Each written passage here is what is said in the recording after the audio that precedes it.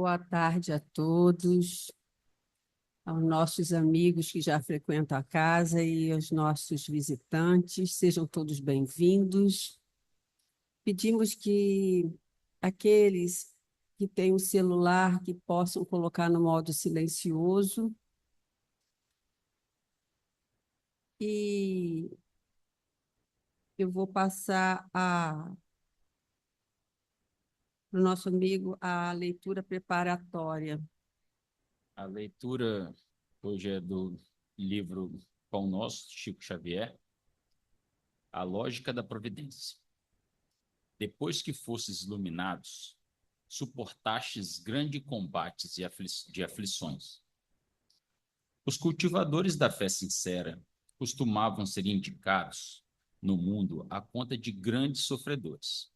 Há mesmo quem afirme afastar-se deliberadamente dos círculos religiosos, temendo o contágio de padecimentos espirituais. Os ímpios, os ignorantes e os fúteis exibem-se espetacularmente na vida comum por meio de traços bizarros da fantasia exterior. Todavia, quando se abeiram das verdades celestes, antes de adquirirem acesso às alegrias permanentes da espiritualidade superior, atravessam grandes túneis de tristeza, abatimento e tartucidade. O fenômeno, entretanto, é natural, portanto, haverá sempre ponderação após a loucura, o remorso, depois do desregramento. O problema, contudo, abrange mais vasto círculo de esclarecimento. A misericórdia que se manifesta na justiça de Deus transcende a compreensão humana. O pai confere aos filhos ignorantes e transviados o direito às experiências mais fortes, somente depois de serem iluminados. Só após aprenderem a ver com o Espírito Eterno é que a vida lhes oferece valores diferentes. Nasce-lhes com o coração, daí em diante, a força indispensável ao triunfo no grande combate das aflições. Os frívolos e oportunistas, não obstantes a aparência, são habitualmente almas frágeis, as quais galhos secos que se quebram no primeiro golpe de ventania. Os espíritos nobres, que suportam as tormentas do caminho terrestre, sabem disso. Só a luz espiritual garante o êxito nas provações. Ninguém concede a responsabilidade de um barco cheio de preocupações e perigo a simples crianças. Por isso, para a nossa prece, vamos aquietar o nosso coração e, nesse momento, a partir desta prece, sermos iluminados pela paz de Cristo e agradecer por essa oportunidade e tantas que nós possuímos pela vida, pois nosso Pai, tu, Pai, és misericordioso, juntamente, Pai, com teu Filho Jesus, que nós possamos entender as nossas dores como um aprendizado, nós possamos estar aqui recebendo a luz e o conhecimento para podermos entender o nosso propósito, Pai. Te pedimos que as tuas bênçãos estejam sobre todos nós e sobre os nossos lares, em todas as partes do mundo também, que sejam atendidas as súplicas e sejam também entendidas por todos aqueles que sofrem. Pai, pedimos também que intui o nosso irmão Edson hoje na palavra, que nos dará mais condições de refletirmos e entendermos o teu propósito conosco. Abençoa a nossa tarde, Senhor, e agradecemos. Assim seja. Bem, hoje o Edson Neves, ele vai nos dar a oportunidade, né, de um aprendizado muito grande com o tema Luz do Mundo. Com certeza será muito proveitoso. A própria frase já diz, a luz do mundo já dá uma iluminação. Quando o painel aqui acendeu, eu senti uma luz diferente. Ó, já está começando. Edson, sinta à vontade na nossa casa, tá? O Edson, nosso irmão, atuante na nossa casa irmã Jerônimo Ribeiro, né? E fique à vontade. A palavra é sua. Bom, pessoal, boa tarde a todos. Vamos inicialmente rogar ao Mestre Jesus, os mentores da casa, que possam nos envolver em luz, para que todos juntos, em vibração, possamos aprender um pouco mais juntos a palavra de Jesus, o Espiritismo, e possamos aqui estarmos com a mente e os corações voltados para um aprendizado maior, que vai nos proporcionar ações mais efetivas na doutrina espírita e no Evangelho do Mestre. Bom, a Fátima me ligou ontem, né? Me pegou meio de laço e a sorte é que eu estava aqui em Vitória, porque no meu trabalho eu fico mais no interior do estado do que aqui em Vitória. Mas eu cheguei na quinta-feira essa semana, eu estava trabalhando em casa, quando a Fátima me ligou. E pela conversa eu já tinha percebido que seria uma palestra, né? E aí na minha cabeça eu falei, ó, eu não sou palestrante, na verdade eu não tenho muita ação em palestras, eu participo mais da casa em alguns estudos, né? Não é a minha atividade preponderante na casa espírita. Mas aí a Faixa falou, ó, a palestrante teve um problema, não fazer um estudo. Aí o meu argumento caiu por terra, não tive como não falar que eu estaria aqui hoje, né? Então, a ideia é que a gente possa fazer um estudo realmente, né? Eu escolhi uma passagem, uma parte de um texto de Bezerra de Menezes, que está nesse livro, Seara Bendita, para que a gente possa conversar sobre esse texto, né? Não é uma palestra programada, porque de ontem à tarde para hoje eu construí esse texto, alguns argumentos, né? E até eu pedi a Fátima para ver com a casa se pudesse, alguém quisesse manifestar, contribuir, ter uma, uma opinião, né, sobre o que a gente está conversando, fique à vontade, a gente faz um estudo interativo. Então vamos lá. Essa passagem, para início, né, só para introdução, tá em Mateus, eu coloquei só para uma reflexão inicial, antes da gente entrar no texto efetivamente do Bezerra de Menezes, né? Então, uma palavra, uma passagem que Jesus se manifesta para os seus discípulos e está transcrito lá no Evangelho de Mateus, no capítulo 5, nos versículos 13 a 16. Vós sois o sal da terra.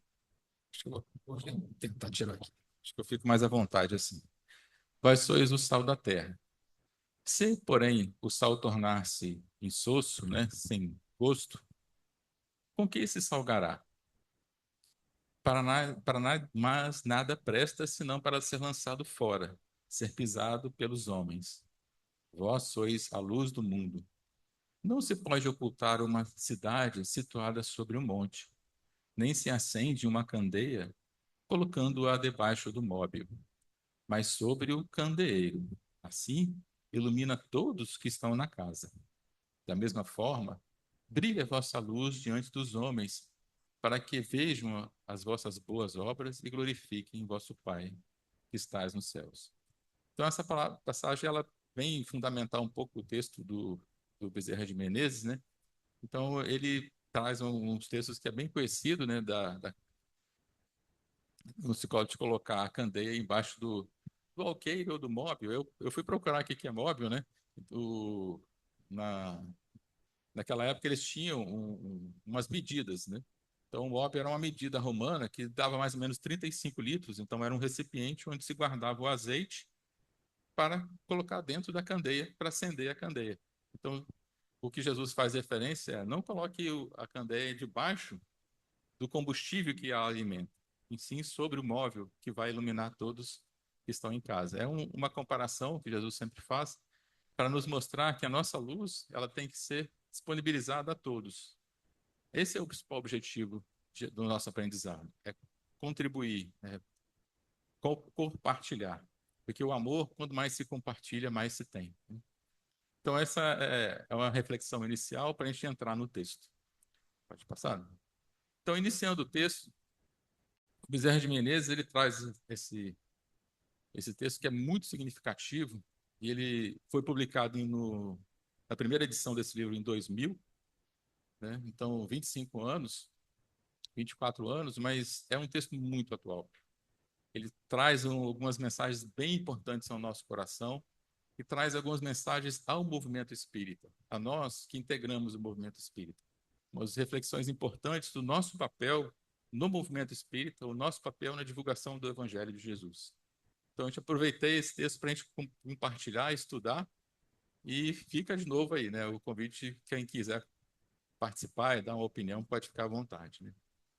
Então, o Dr. Bezerra, ele começa falando: em meio às densas trevas que envolvem a humanidade nos dias atuais, sustentada ainda pelos interesses primários dos corações aqui exilados, compete a cada um de nós, que já descristalizamos os nossos clichês mentais dos processos hipnóticos da estagnação espiritual, a tarefa de fazer luz em nós, para que todos os que nos cercam, através da luz maior que a todos nos sustenta.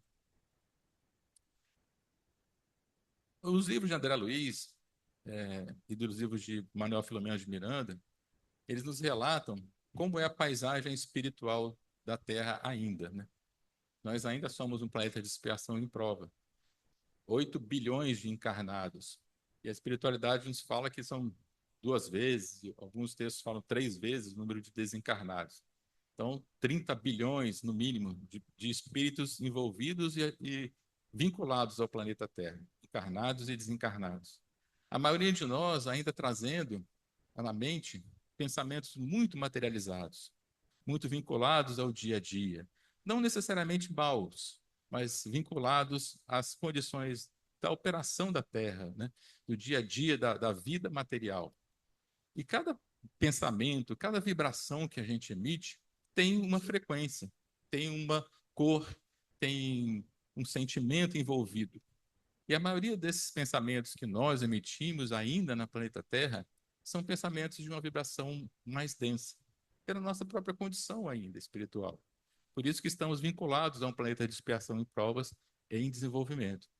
E por consequência dessa condição nossa, a paisagem espiritual da Terra ainda é uma paisagem um pouco escura, né, envolvendo, como se fosse aquela nuvem escura envolvendo o planeta Terra, como nos diz André Luiz e Manuel Filomeno de Miranda, quando eles saem das colônias espirituais e vão se aproximando do planeta.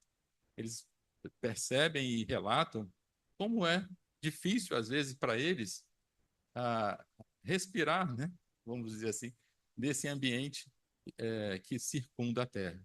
E por que isso? Porque nós ainda estamos vinculados ao que o Bezerra de Menezes chama de clichês mentais em processos hipnóticos. Nós nos concentramos muito fixamente na matéria, no dia a dia, de ter alguma coisa, de construir o que temos no plano espiritual, material. Não que isso seja errado, mas a importância que damos a isso, o desejo que damos a isso, nos traz essa condição de hipnose. Uma certa vez, na empresa em que eu trabalho, as pessoas levaram lá na palestra de final de ano um, um mágico que fazia hipnose. Eu achei bem estranho, porque eu era muito cético para isso, muito cético mesmo. Eu não acreditava. Mas nesse dia foi bem interessante, porque ele fez alguns exercícios na plateia e identificou algumas pessoas que ele poderia trabalhar a hipnose. Ele levou para o palco. E uma dessas pessoas é um amigo meu, trabalho, né? E ele fez algumas hipnoses, eu não vou entrar muito em detalhe para não sair do assunto, mas para esse amigo ele falou: ó, você tem um gnomo verdinho no seu ombro e está conversando com você. Conversa com ele aí. E ele ficou conversando com o gnomo. Eu achei aquilo muito interessante, né? Porque eu não acreditava nisso, com certeza. Aí, no final, eu procurei o palestrante e falei, como é que isso funciona? Aí ele falou, Edson, eu não hipnotizo ninguém.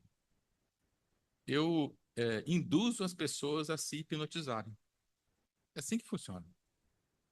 Então, é isso que acontece com a gente quando o Bezerra fala de processos hipnóticos. Nós nos focamos tanto na vida material que vivemos a hipnose, a ilusão de que a vida material é suficiente, ela nos basta. E isso cria uma vibração em nós, uma forma de agir, uma forma de pensar muito característica, que nos distancia da espiritualidade. E vivemos no mundo material como se não estivéssemos no mundo espiritual, porque o mundo espiritual é tudo. O mundo material é um pedaço do mundo espiritual em energia mais densa. Mas o mundo espiritual é esse que estamos vivendo também. Só que eles se penetram porque nós precisamos da matéria mais densa para os nossos aprendizados. E vivemos nesse mundo, nessa condição de hipnose, por não nos preocuparmos com a vida espiritual. E é esse o alerta do Dr. Bezerra. Nós precisamos sair desse ciclo de estagnação espiritual e nos colocarmos frente à luz maior. Quando ele coloca isso nesse sentido de luz maior, por isso que eu trouxe a passagem do Mateus, ele se refere ao Mestre Jesus, né, que é a origem de toda a luz do planeta. Uma vez eu estava lendo uma reportagem, eu não entendo muito bem de geografia, mas no texto estava dizendo que todo o calor da Terra tem origem no Sol. Lá, quando o Emmanuel já nos fala, né, há 2000 anos, que Jesus recebeu a Terra incandescente das mãos de Deus para cuidar daquele planeta e preparar o planeta para todos nós que estaríamos aqui encarnados, né? Então, o calor que tem dentro da Terra veio do Sol. E o calor que tem na atmosfera vem do Sol. Então, o calor primário da Terra vem do Sol, todo ele. Todo o amor da Terra vem de Jesus.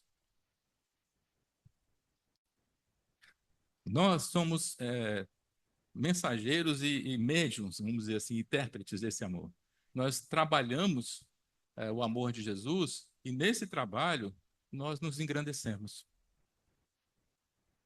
Então é interessante isso porque a gente tem que colocar que Jesus é o grande arquiteto do planeta Terra, é o governador do planeta, pensou cada detalhe para nos receber aqui.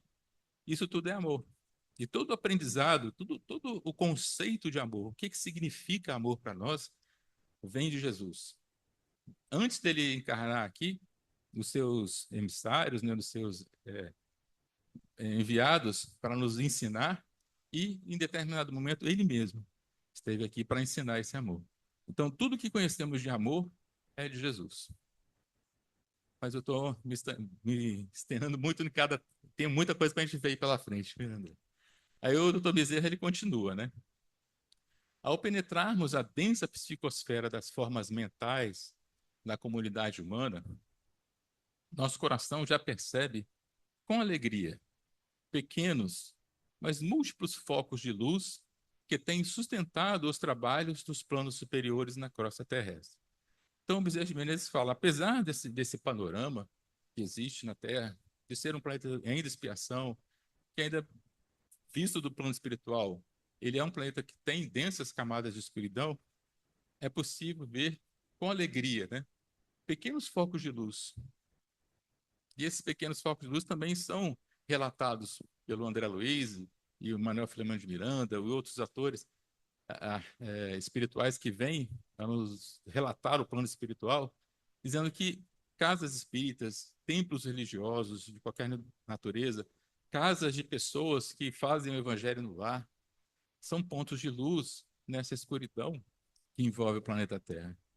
Então, são as pessoas, os espíritos encarnados e desencarnados, já comprometidos com a luz, que, por seu esforço próprio, eles conseguem já plantar as sementinhas do amor aprendido por Jesus e criar dentro desse ambiente, que hoje ainda é um ambiente de expiação e provas, pontos de luz a semear a energia do amor e espalhar esse amor a todos nós que precisamos ainda dele. Então, o Dr. Bezerra fala que precisamos ser otimistas, porque apesar de todo problema, a solução ela está chegando, a solução está sendo criada, a solução está sendo planejada pelo plano espiritual para que todos nós um dia possamos vibrar em luz. E aí o Dr. Bezerra ele continua. Se alguém, reforçando o convite, se alguém quiser fazer alguma opinião, pode ficar à vontade. Se tivéssemos que descrever a visão da rede magnética de luz que vem sendo traçada ano após ano, poderíamos dizer que no limiar do terceiro milênio, o manto divino do Evangelho do Cristo já se teceu. E que esse manto delicado de fios de luz já repousa fraternalmente no coração do solo brasileiro. Esse texto foi publicado em 2020, né? Só relembrando, antes do movimento espírita começar a falar de transição planetária. E o Dr. Bezerra aqui ele já faz referência a essa transição planetária, né? Que é possível, né, descrever essa visão de luz que sendo traçada ano após ano. O que significa isso? O plano espiritual tem um projeto para a Terra. Nós não estamos aqui encarnados para, vamos ver o que acontece. Não é assim que funciona. Eu lembro que o André Luiz, né, quando ele, no livro Nosso Lar, quando ele vem, na primeira missão dele aqui na Terra, não é Nosso Lar, não, é nos Mensageiros. Ele vem na primeira missão aqui organizada, né? Ele, Aulus, se eu não me engano, e o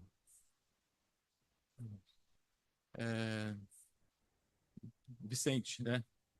Ele vem aqui fazer um trabalho aqui na Terra, ajudar, e ele viu tanta organização, que eles passam por uma cidade do plano espiritual, que fica na zona umbralina, e depois eles vêm na Terra, né?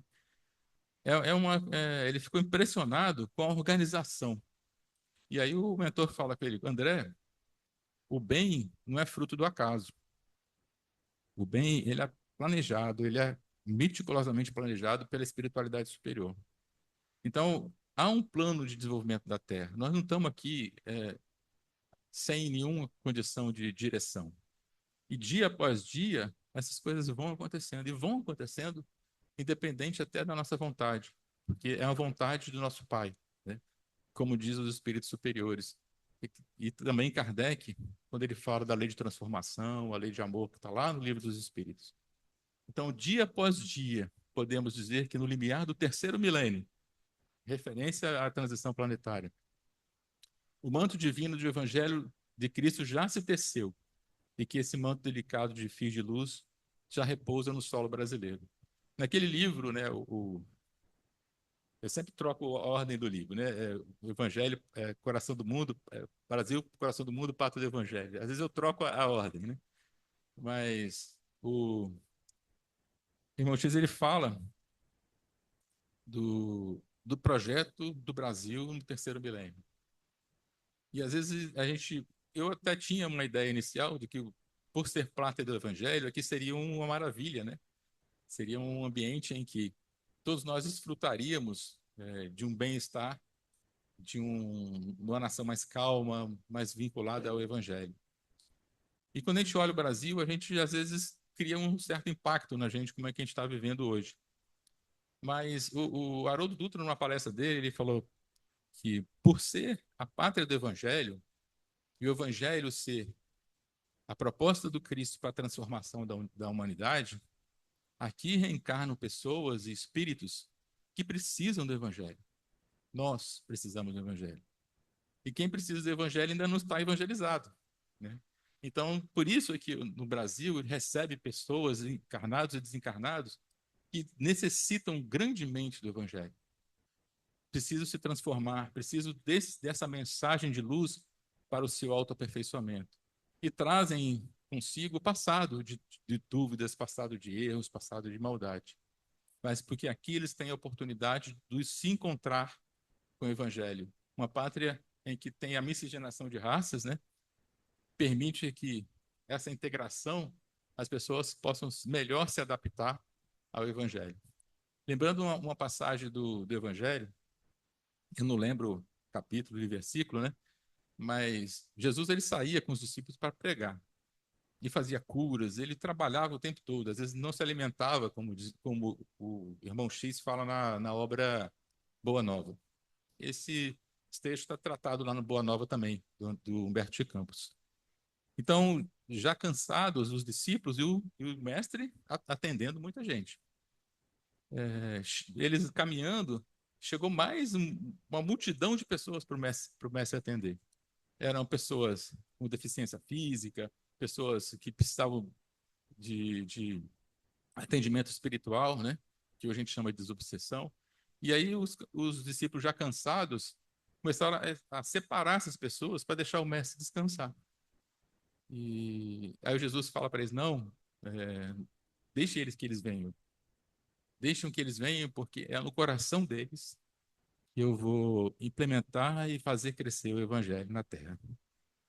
Então, essa é a mensagem do Cristo para todos nós, né? Por isso que o Brasil é a pátria do evangelho.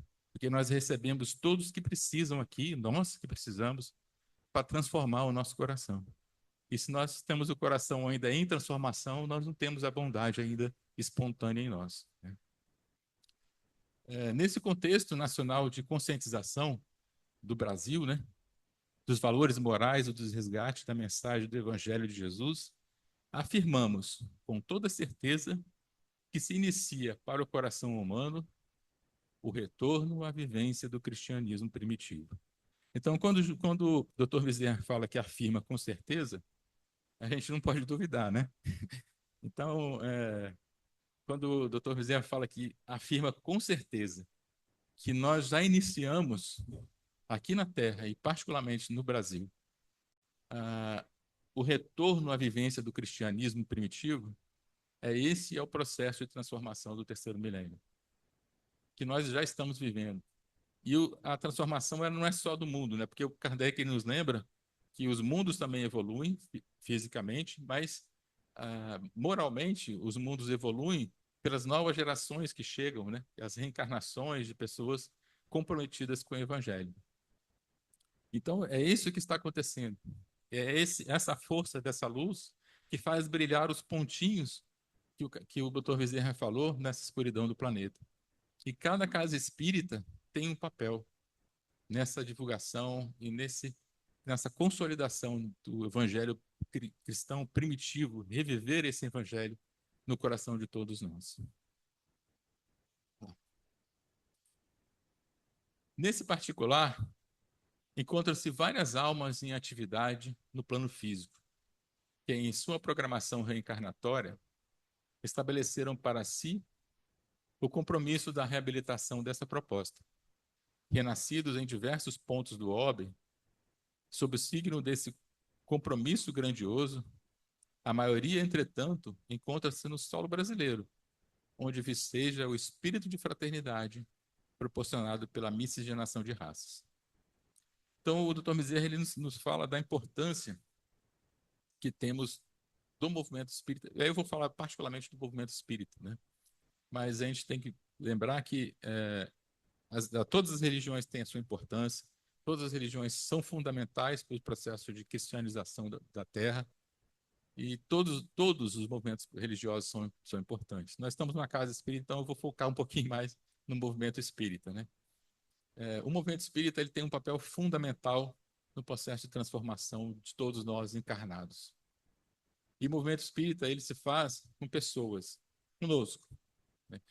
Com pessoas que se comprometem em, às vezes, superar problemas pessoais para estar à frente de trabalhos no dia a dia, nos trabalhos de fraternidade, de amor, de caridade, né? E é muito comum, às vezes, a gente encontrar em nossos corações e nos corações que nos são caros no movimento espírita, muitas dificuldades em lidar com a tarefa por acreditar que não se pode, não se é capaz, que não se tem condição de fazer. Isso é muito comum e é natural. É natural para nós que estamos ainda em processo evolutivo inicial. Há uma insegurança natural em lidar com isso, né? Principalmente quando se olha para trás e às vezes se tem falhas em processo reencarnatório anterior, que fica, não vou dizer a lembrança, mas o sentimento de que algo aconteceu e eu tenho receio de repetir erros. Mas as oportunidades que o movimento espírita nos dá, elas são únicas e precisam ser aproveitadas. Então, o doutor Bezerra, ele faz um alerta muito, muito sério e muito importante a nossos corações, que abracemos a causa espírita, porque estamos na causa espírita, mas vamos dizer, abracemos o cristianismo. Kardec, quando ele fala da lei do amor, ele fala da importância da transformação de todos nós nesse caminho de evolução. E reforça muito categoricamente a ponto de ser uma máxima do espiritismo, né? Fora da caridade não há salvação. E é por que essa importância é tão grande, né? Porque nós só conseguimos sair dessa hipnose que o próprio Dr. Bezerra falou no passado, do texto, sair desse mundo mais material, dessa importância do ter, quando nós saímos de dentro de nós mesmos e olhando o outro. Então, o próximo, o nosso próximo, é hoje, desde que Jesus esteve aqui, ele reforça isso para nós, a única forma de nós evoluirmos é nos relacionarmos de amor com o próximo. E para isso, né, lembrando do mandamento maior que Jesus nos ensinou, nós temos que ter Deus no coração e o amor a nós mesmos e ao próximo. Então, esses mandamentos é o mandamento maior de amar a Deus. E o segundo, equivalente ao primeiro, que é amar ao próximo como a si mesmo. É o caminho que não existe outro. Como mesmo Kardec falou no Evangelho, quando ele fala da lei do amor. Se existisse outro caminho, o Evangelho aí diria. Mas não existe. É o exercício do amor, é o único caminho de transformação. E esse exercício do amor, pode falar.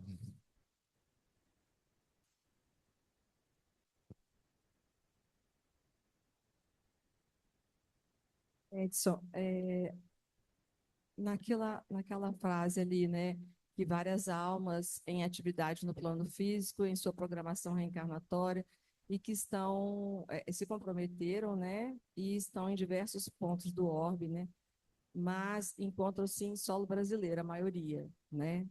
Então, a gente consegue perceber no movimento espírita uma chegada de jovens,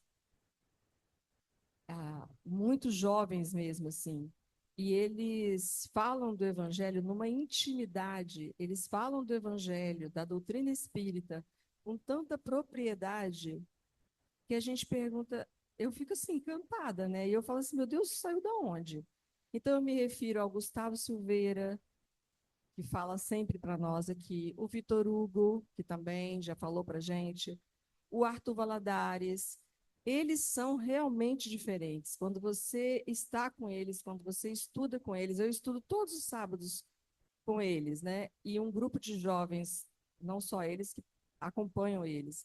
Eles são muito especiais mesmo, assim. Eles dão importância a cada frase do Evangelho de Jesus mesmo, assim. Não só o segundo Espiritismo, porque a nossa época, né? A gente lia muito Kardec, né? A gente gostava mais de ler as obras de Kardec. Eles não, eles fazem sempre o paralelo do Evangelho e da obra de Kardec. Então, e muito Emmanuel, muito Chico, né? Então, eu acho que é isso aí, sabe? Por exemplo, o Vitor Hugo, ele não se lembra dos 13 anos dele para baixo. Ele só lembra de 13 anos para cima. Parece que eu reencarnei com 13 anos, né? Então, o Arthur também, ele disse que com 13 anos ele resolveu retornar ao espiritismo. Ele nasceu no espiritismo, mas tinha abandonado, uma criança, vê? Então, assim, é muito interessante os relatos e como eles são profundos. Um dia teve uma live do Vitor Hugo e do Gustavo. Vitor Hugo estava com 21 e Gustavo com 25, e os dois falando sobre família. Quer dizer, não tirou nem a fralda ainda, está falando sobre família. Aí é uma coisa, então eu acho que é isso aí, né? Bacana. O Kardec, na Gênesis, no final, lá ele fala da geração nova, né? E, e é justamente isso, né? Porque a geração nova ela vai reencarnando, que vai trazendo esses conceitos, esses valores. E aí, lembrando a nós, né, que por mais que sejamos os nossos débitos, todos nós temos, né? Por mais que sejamos o nosso passado ainda, que tem muita coisa para resgatar, hoje é o momento de fazermos algo diferente daqui para frente. Não vamos ficar presos no passado, porque esses jovens, para chegar na posição que eles estão hoje, de trazer essas mensagens, em algum momento eles tiveram que interromper o ciclo de sombras e iniciar o início de construção de luz. Então, todos nós passamos por esse ciclo, todos. Por que que não agora? Por que que não hoje? Por que que não nessa encarnação? Né? Esse é o convite que o Bezerra de Menezes nos faz, né? De é um momento, é o nosso momento. A espiritualidade ela está totalmente comprometida com a transformação planetária. E a transformação planetária é a transformação de todos nós. Há um plano, há um projeto de desenvolvimento da Terra. Kardec já fala isso lá no Livro do Espírito, na lei de transformação, na lei de. Ele fala lei de destruição, mas depois ele vai explicando, né? Que é a lei do progresso. Então, há um planejamento. O bem, como o mentor falou para o André Luiz, não é fruto do acaso. Então, por que que nós não vamos aproveitar esse planejamento da espiritualidade e nos ingressarmos nesse plano e fazermos parte da transformação? Sermos mais uma luzinha a brilhar. E o mais pequenininha que seja, não importa. É uma pequena luz a brilhar e construirmos juntos esse mundo do terceiro milênio. Então, esse é o convite do texto do Bezerra de Menezes para todos nós. Né? Claro, né? Estou preocupado um pouco com o horário aí, mas vamos lá. Muitos desses trabalhadores verdadeiros, desbravadores, no campo das crenças religiosas, buscaram e efetivaram o resgate do Evangelho de Jesus para o contexto da terceira revelação. Fazem eles parte de um grande grupo de servidores que, atuando em todos os rincões dessa terra bendita, irão, em tempo oportuno, unir-se e deflagrar, de norte a sul, o processo de recristianização, desculpa, né, dos nossos espíritos. É isso que a Fátima está falando. Essas pessoas já estão encarnando. Né? Então, e nós podemos contribuir, fazer parte desse movimento. O movimento espírita faz parte do plano de desenvolvimento da Terra. Assim como as outras religiões, né? Eu não estou diminuindo nenhuma, como eu já fiz a observação, mas como estamos na casa espírita, estou falando do espiritismo, né? Todas as religiões, todas, têm a sua importância, com certeza. Só um parênteses, né? Eu lembro que uma vez a minha filha ela estava querendo ver a missa de Santa Maria lá de Maria lá no convento naquela semana, né? Da semana que tem a gente dedica aí a Igreja Católica dedica a Maria. Aí nós acordamos cedo, acho que umas 4 da manhã, para pegar a primeira missa. Infelizmente a gente não conseguiu entrar porque é tanta gente, a gente não conseguiu assistir a missa, nós ficamos lá de fora assim, né? Mas quando acabou a missa, as pessoas foram saindo, aí nós fomos lá entrando no convento onde eu havia assistido a missa. A vibração daquele ambiente estava tão forte, eu vou falar para vocês, eu não consegui ficar de pé. Eu não consegui ficar de pé. É uma coisa interessante, assim, eu tive que ajoelhar. Eu não consegui ficar de pé.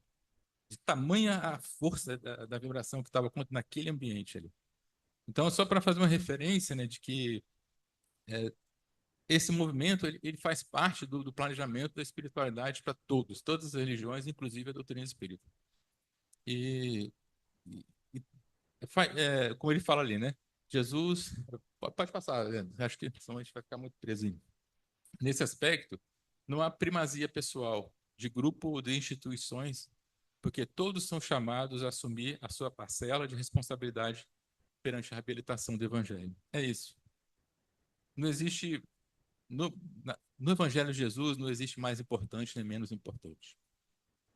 Todos somos importantes. É como Jesus fala, de todos os filhos que o Pai me concedeu, né, nenhum deles se perderá. Todos nós somos importantes, todos nós fazemos e podemos fazer algo importante, por pequenino que seja. Não existe privilégio, não existe, numa casa espírita, não existe atividade mais importante que a outra. Não existe. Todos nós somos parte desse movimento, parte dessa luz, e essas luzes, né, que que o Bezerra de Menezes fala, né, que é possível ver da espiritualidade, que estão ainda brilhando nesse ainda escuro planeta Terra, nós podemos fazer parte, com o nosso esforço, pequenino que seja, mas nós podemos fazer parte. Não tenhamos dúvidas de que todos nós que hoje nos encontramos conscientemente comprometidos com essa empreitada, somos aqueles mesmos que em passado longínquo deturpamos os ensinamentos do Mestre, encarregamos-nos no decorrer dos séculos delimitar o alcance da sua luz esclarecedora a todos os corações acrisolados nas teias, nas amarras, né, da ignorância e das trevas espirituais. O amor de Jesus, ele não tem limites. Não tem limites. E é como a espiritualidade fala, né? O amor, ele não impõe, ele transforma. Se a gente pudesse, hoje, lembrar de tudo que a gente já fez, com certeza nós estaríamos estacionados, nós viraríamos pedra. Como tem a imagem da Bíblia, né? Que o povo de Israel estava saindo do Egito, saindo da escravidão e indo em direção à sua salvação. E esqueci o nome da moça. Ela olhou para trás e se transformou numa estátua de sal. O que é isso? Nós não podemos ficar presos ao nosso passado de escravidão, aos nossos defeitos, às nossas dificuldades, aos nossos erros. Nós temos que olhar para frente, olhar para Jesus, ter a luz maior como referência e seguir sempre em frente. Porque é essa força que faz com que nós nos transformemos moralmente. E o que faz a gente caminhar, o que faz a gente andar, o que faz a gente continuar caminhando, mesmo com as nossas dificuldades, tropeçando, caindo, é a caridade, é o exercício do amor. Então, essa é a proposta da doutrina espírita, né, da salvação, da verdadeira salvação no sentido de reabilitação espiritual. Essa construção que a gente tem que fazer juntos, de termos um horizonte novo, um perfil diferente espiritual que nós estamos construindo em nós. E esse é um trabalho do dia a dia, que fazemos, né, apesar de todo esse passado de sombras. O Emmanuel tem uma frase que ele fala que, em alguns livros dessa coleção do Emmanuel, né, que a gente nos iludimos ao encarnar e nos desiludimos ao desencarnar. E esse ciclo nós fazemos há séculos.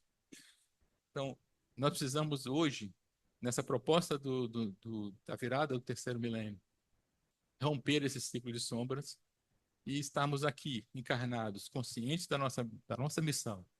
Por pequenina que seja a missão, nós temos uma missão. A missão de construir o amor em nossos corações, ofertando o nosso amor ao nosso próximo. Por isso, o esforço hercúleo dos poucos ceifeiros da seara cristã, pois nós mesmos nos encarregamos, mas nem nos preocupamos no passado, de preparar novos trabalhadores que habilitassem a espalhar a luz esclarecedora dos ensinos do Mestre. É muito comum nas casas espíritas a gente ter problemas de trabalhadores, poucos trabalhadores. Isso eu conheço, eu não conheço nenhuma casa que tenha muitos trabalhadores. Até casas grandes. Lá no Jerônimo, às vezes é um entendimento. É uma casa grande, né? Tem muitos trabalhadores. Tem muitos visitantes, poucos trabalhadores. Então, é isso. Eu acho que não é um privilégio da doutrina espírita, né? Mas o Bezerra, ele puxa um pouco a orelha da gente, que ele fala que no nosso passado, quantas vezes nós agimos para limitar a luz do Evangelho de Jesus? Quantas vezes nós agimos para desvirtuar a nós mesmos e aos nossos irmãos do caminho do bem?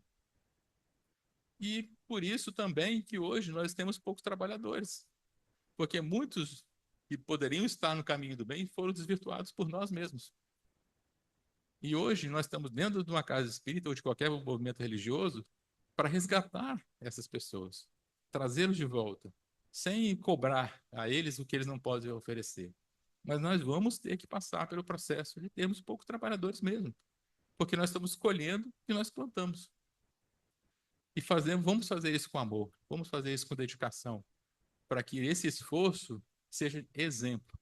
Nós fomos exemplos negativos no passado. Vamos ser exemplos positivos hoje, para que essas pessoas que cheguem no movimento espírita enxerguem em nós trabalhadores, não pessoas de destaque na casa espírita, mas trabalhadores que fazem esforço, fazem a dedicação, comprometidos com a causa espírita. Vamos lá, gente. Vamos seguindo. Compete-nos agora o dever intransferível de não enganarmos nossa consciência, não utilizarmos o conhecimento das verdades espirituais em interesse próprio, não ocultarmos a quem quer que seja a luz da verdade consoladora do Cristo e, sobretudo, não nos omitirmos, mais uma vez, no compromisso assumido pessoalmente com a luz do mundo, se atuarmos em seu nome, de atuarmos em seu nome em favor da iluminação e esclarecimento espiritual de toda a humanidade. Então, o Dr. Bezerra ele reúne, né, nesses conceitos, alguns dos principais problemas que nós enfrentamos, né? Nossa consciência iludida pela o dia a dia das coisas materiais. É importante, não estou dizendo que a gente tem que largar o mundo material, não é assim. Nós estamos encarnados, precisamos dar valor também ao que é material, mas o quanto que estamos dando valor às questões espirituais. Não podemos nos iludir. E lembrando do Emmanuel, né? Nós podemos sair desse ciclo de nos iludirmos ao encarnar e nos desiludirmos ao desencarnarmos. Conhecimento das verdades espirituais e interesse próprio. O amor, ele precisa ser expandido. Quanto mais amor a gente consegue doar, quanto mais caridade fazemos, mais nos fortalecemos. Nenhum conhecimento espiritual ou espiritualista ou de evangelho de Jesus, o que queremos falar, ele pode ficar guardado em nós. Nós precisamos dividir, nós precisamos ser trabalhadores e multiplicadores do evangelho de Jesus. Não podemos ocultar a verdade. Mais uma vez, não podemos nos omitir. Nosso passado tem esse problema, com certeza. Nós voltamos ao evangelho de Jesus trazendo heranças do passado. Nós precisamos trabalhar isso dentro dos nossos corações. É natural que no dia a dia, no trabalho da casa espírita, a gente sinta isso, né? Vontade de fazer diferente e aborrecimento com relação ao outro. Nossas opiniões não estão sendo respeitadas. Conflitos naturais da nossa evolução por sermos espíritos ainda imperfeitos. Mas nós não podemos deixar que esses sentimentos, de novo, repetidamente, como já foi no passado, aflorem em nossos corações e prejudiquem a nossa caminhada. É um compromisso nosso. Nós temos que ter esse compromisso conosco mesmo e lembrar de Jesus. Quem foi o mestre, né, que lidou com todos os problemas, conflitos entre os seus apóstolos, conflitos entre as pessoas com quem ele curou, com quem ele lidou, com quem ele fez tudo de bom. Mas ele mesmo assim seguiu em frente. Esse é o propósito. Não vamos repetir erros. Vamos nos concentrar no amor, na caridade, no evangelho, e tudo mais vem com um acréscimo de luz e de amor de Jesus. Esse momento é decisivo para todos os nossos espíritos. Mas, mais de uma vez, assumimos compromissos com o Cristo no campo da nossa reparação moral, através da iluminação do nosso semelhante. Mais de uma vez, também, falhamos no compromisso assumido sob o peso das pressões de interesses pessoais, grupais e de toda uma comunidade de espíritos que ainda teimam em hibernar no campo do próprio progresso espiritual. Então, é um alerta importantíssimo do Dr. Bezerra. Hoje, nós estamos vivendo um momento importantíssimo na nossa encarnação, na nossa história espiritual. E precisamos ter consciência disso. A doutrina espírita está repetidamente nos colocando isso. Nós somos chamados a todo momento ao trabalho do amor. O que nós estamos fazendo com esse chamamento?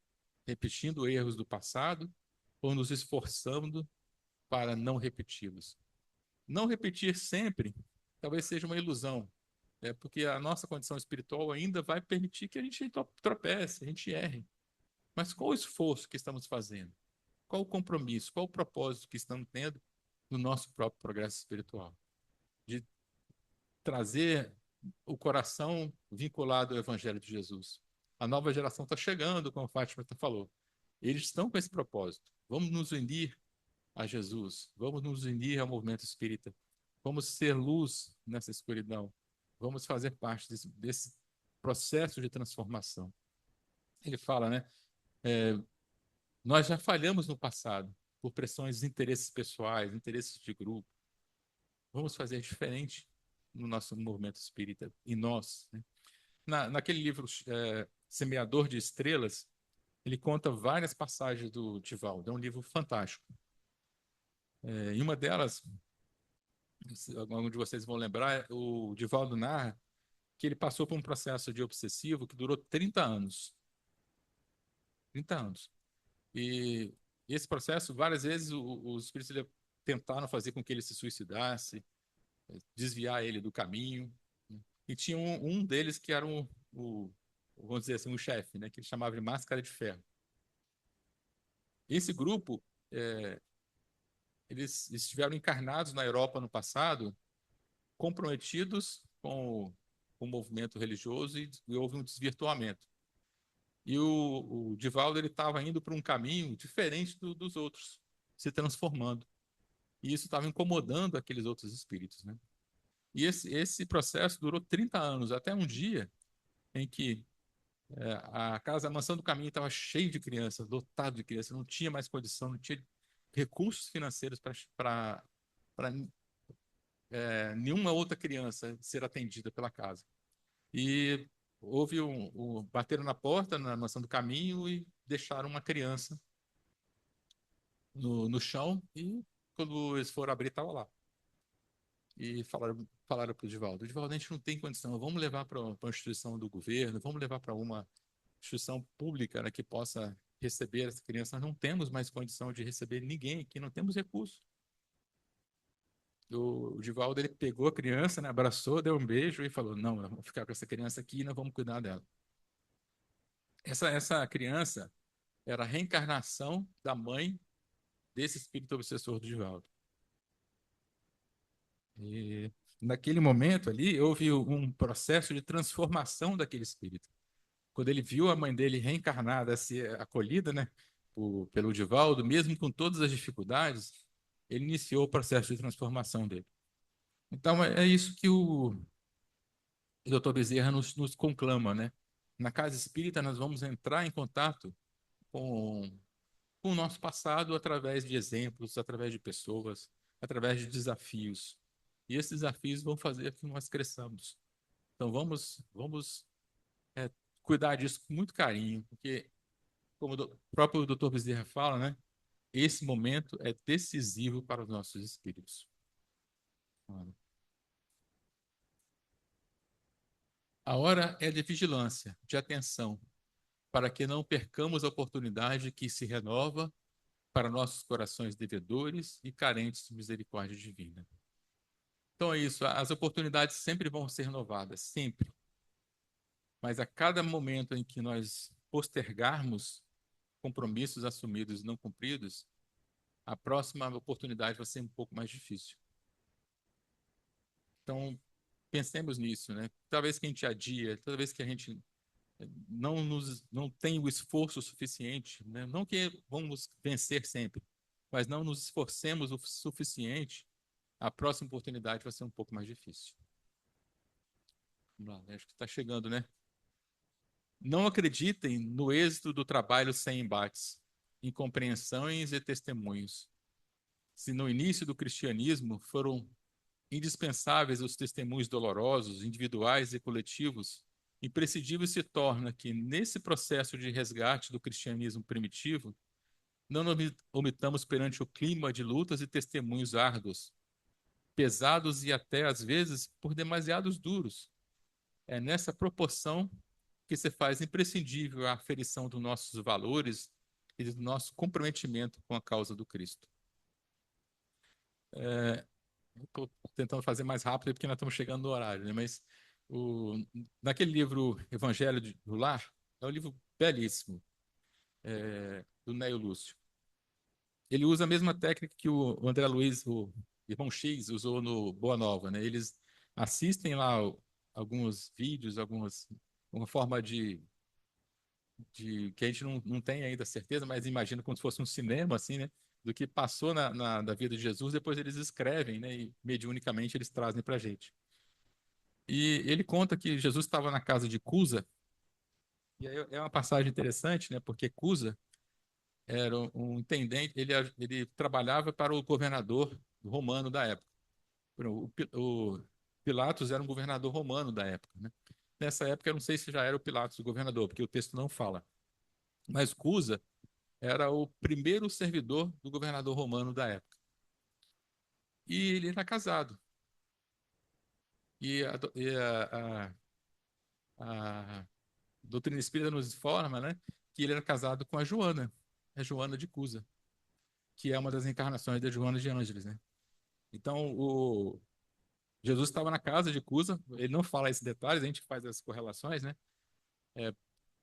Caminhando, porque eles andavam a pé, né? Caminhando, dormiram na casa de Cusa para seguir caminho no outro dia. E faziam o evangelho no lar de noite. E aí, uma trabalhadora da casa perguntou, mestre, o porquê da dor? É uma pergunta que a gente se faz até hoje, né?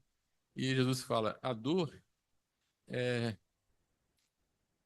a caridade enviada por Deus aos seus eleitos. Porque a gente não consegue evoluir, a gente não consegue crescer sem esses embates. Se não sendo esses embates, nós ficaríamos, como o próprio Dr. Bezerra falou no início do texto, ainda sobre a hipnose de que nós estamos bem, que nós estamos fazendo tudo certo, e ao desencarnar nos desiludimos grandemente. Então, todos esses pontos que ele fala, que o Dr. Bezerra fala nos embates, as incompreensões, os testemunhos que nós recebemos, é o reflexo do que nós somos e que fizemos. E essa dor é necessária para a nossa transformação. Devolvamos essas dores com amor, que esse é o processo de transformação moral a que Jesus nos chama. Vamos lá, André, aqui esse é o último slide, a gente está terminando bem em cima da hora, né? Aí o Dr. Bezerra, ele encerra, se dele, né? Faz referência a Jesus. Se deles recebemos a luz do mundo em nossos corações e mentes, é necessário que nos transformemos em espelhos onde a figura luminosa do Cristo se reflita no íntimo de nossas almas.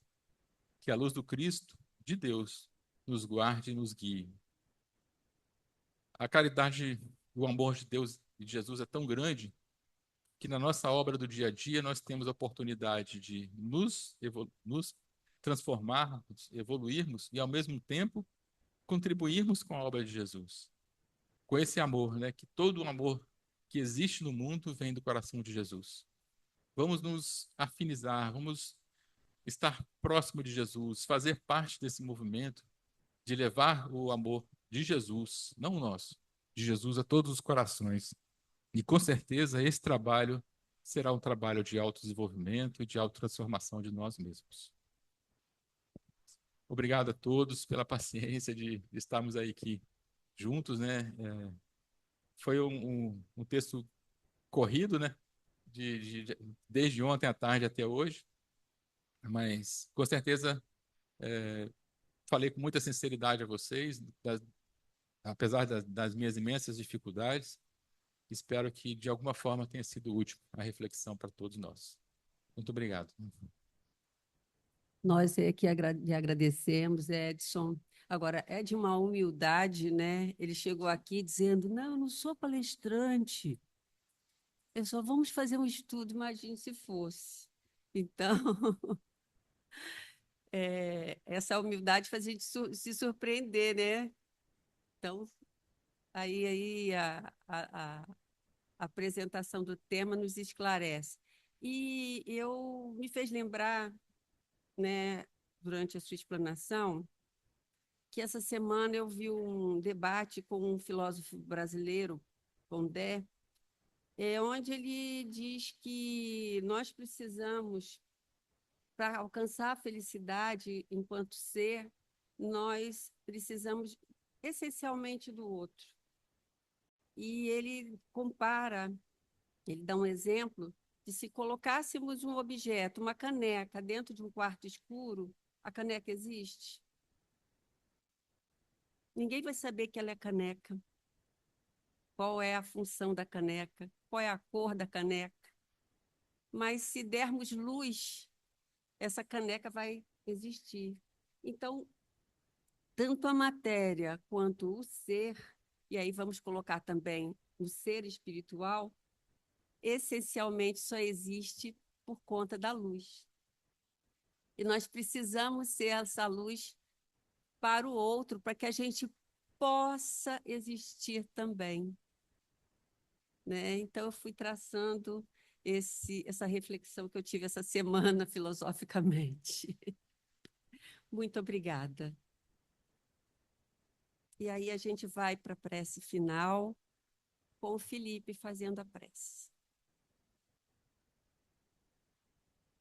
Gostaríamos de agradecer aos nossos amigos espirituais e a Jesus, que é o nosso grande mestre, guardião de todo o amor desse planeta. Que possamos ser hipnotizados por esse amor e tenhamos fé para fazermos igual o extraordinário quando Pedro caminhou sobre as águas, e que essa casa seja um grande holofote de luz para o mundo, e que aqui todos os irmãos, encarnados e desencarnados, possam ser recebidos, acolhidos e guardados pelo amor de Jesus. Que assim seja.